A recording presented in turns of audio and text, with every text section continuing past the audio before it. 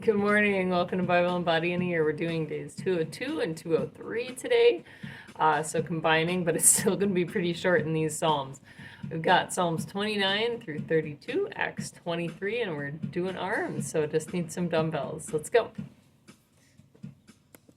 Psalm 29.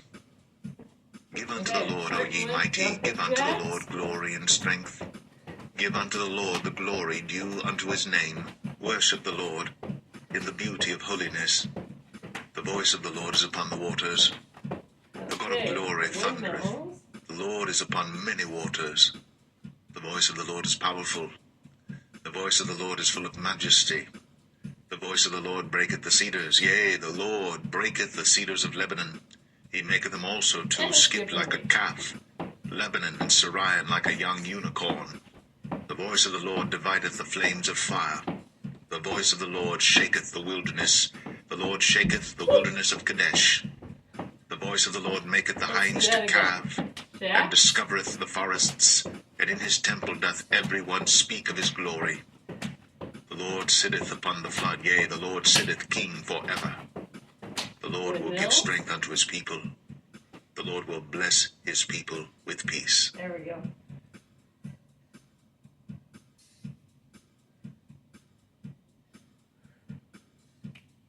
Psalm 30. Yeah, I will extol thee, O Lord, for thou hast lifted me up, and hast not made my foes to rejoice over me. O Lord my God, I cried unto thee, and thou hast healed me. O Lord, thou hast brought up my soul from the grave. Woo! Thou hast kept me alive, Alright, that I should not go down to the pit.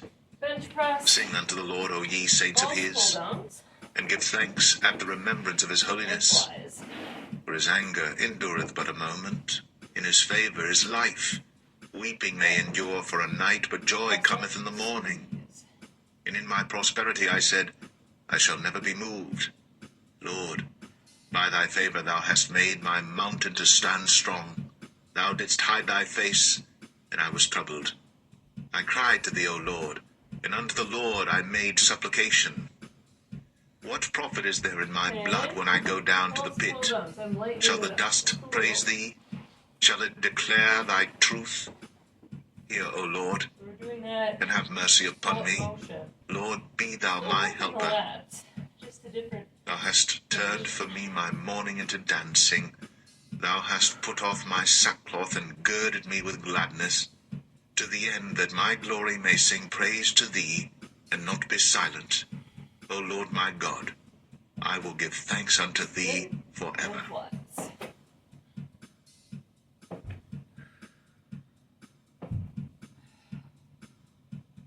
Psalm 31. In thee, O Lord, do I put my trust.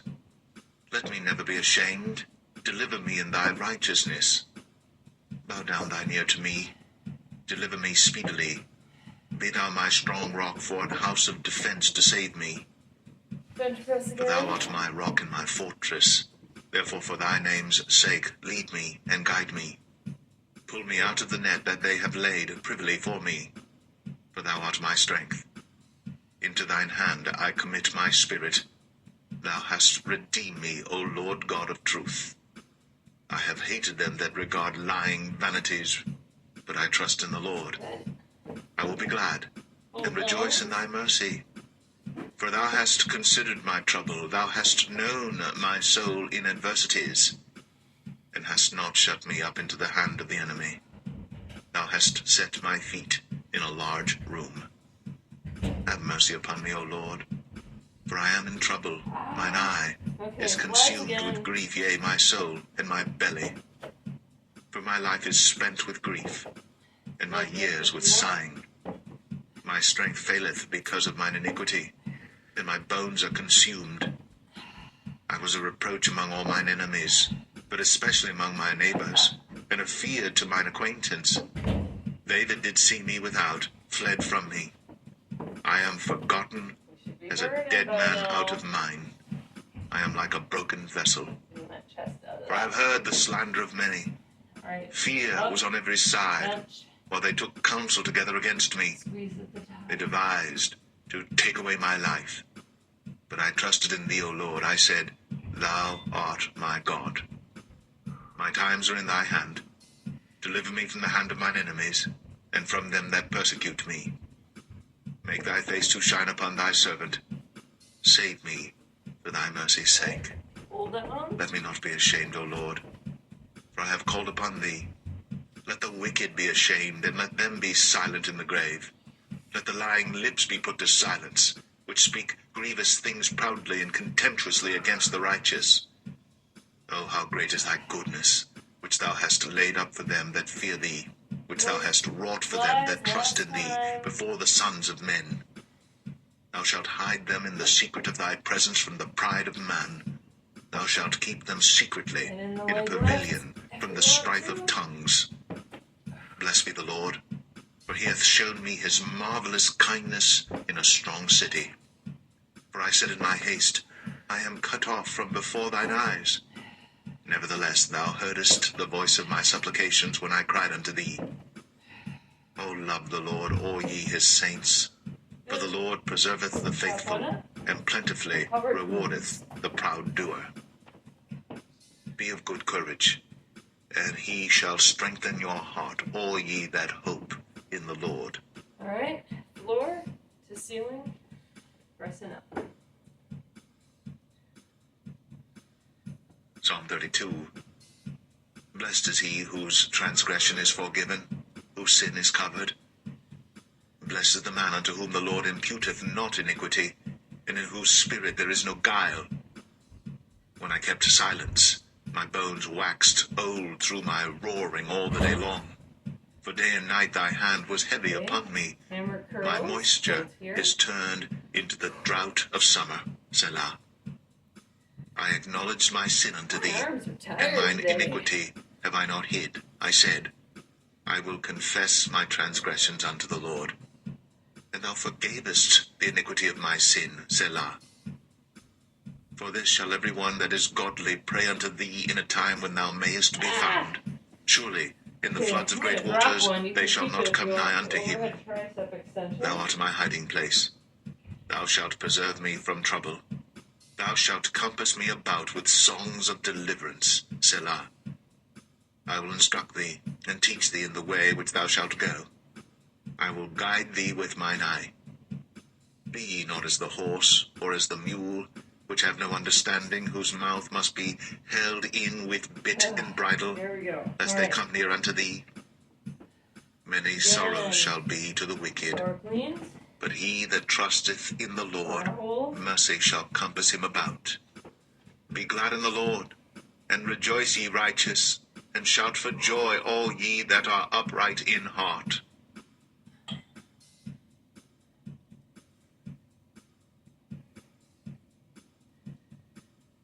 Acts 23. And Paul, earnestly beholding the council, said, Men and brethren, I have lived in all good conscience before God until this day. And the high priest Ananias commanded them that stood by him to smite him on the mouth. There we go. Then said Paul unto him, God shall smite thee, thou whited wall. For sittest thou to judge me after the law, and commandest me to be smitten contrary to the law? And they that stood by said, Revilest thou God's high priest? Then said Paul, I wist not, brethren, that he was the high priest, for it is written, Thou shalt not speak evil of the ruler of thy people. But when Paul perceived that the one part were Sadducees, and the other Pharisees, he cried out in the council, Men and brethren, I am a Pharisee, the son of a Pharisee. Of the hope and resurrection of the dead I am called in question. And when he had so said, there arose a dissension between the Pharisees and the Sadducees, and the multitude was divided. For the Sadducees say that there is no resurrection, neither angel nor spirit, but the Pharisees confess both. And there arose a great cry, and the scribes that were of the Pharisees' part arose and strove, saying, We find no evil in this man, but if a spirit or an angel hath spoken to him, let us not fight against God. And when there arose a great dissension, the chief captain, fearing lest Paul should have been pulled in pieces of them, commanded the soldiers to go down and to take him by force from among them, and to bring him into the castle.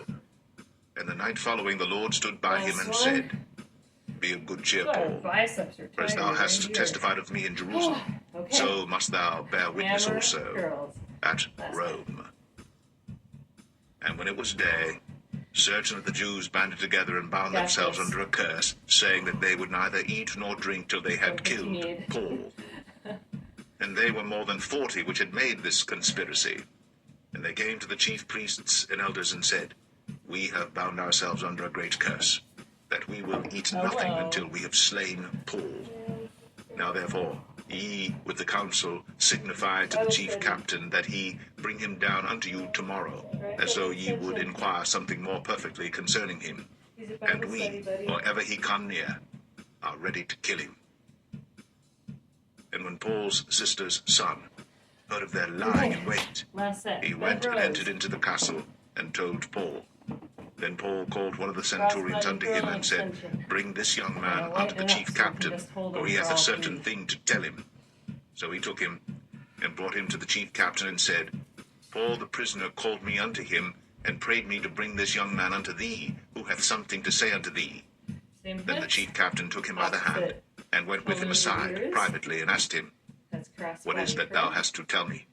And he said, The Jews have agreed to desire thee that thou wouldst bring down Paul tomorrow into the council, as though they would inquire somewhat of him more perfectly.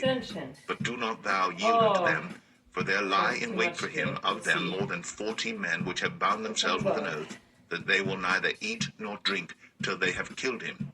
And now are they ready, looking for a promise from thee.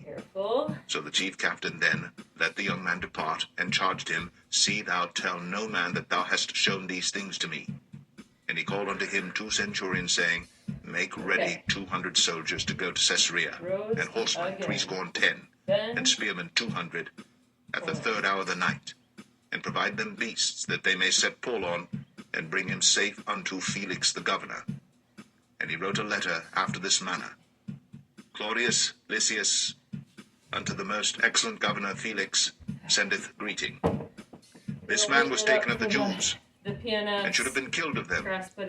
Then came I with an army, and rescued him, having understood that he was a Roman. And when I would have known the cause wherefore they accused him, I brought him forth into their council, whom I perceived to be accused of questions of their law, but to have nothing laid to his charge worthy of death or of bonds.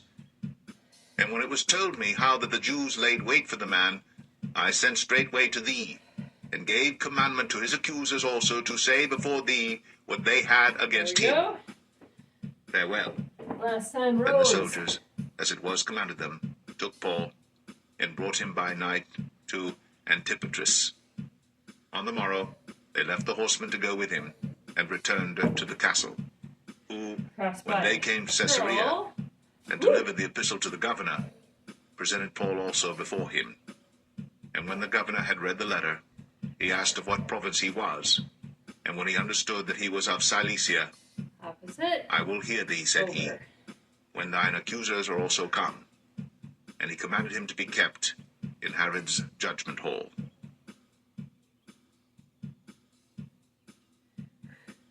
Okay, let's do a quick stretch. We'll call it a day. Overhead triceps.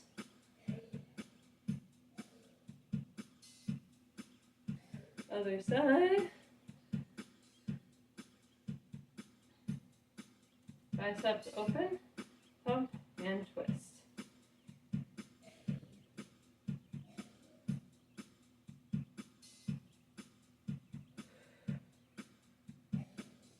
And let's do a low cross body.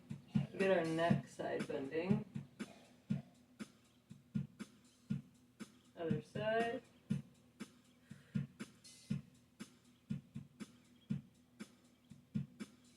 Very good. Wrists. And we're done.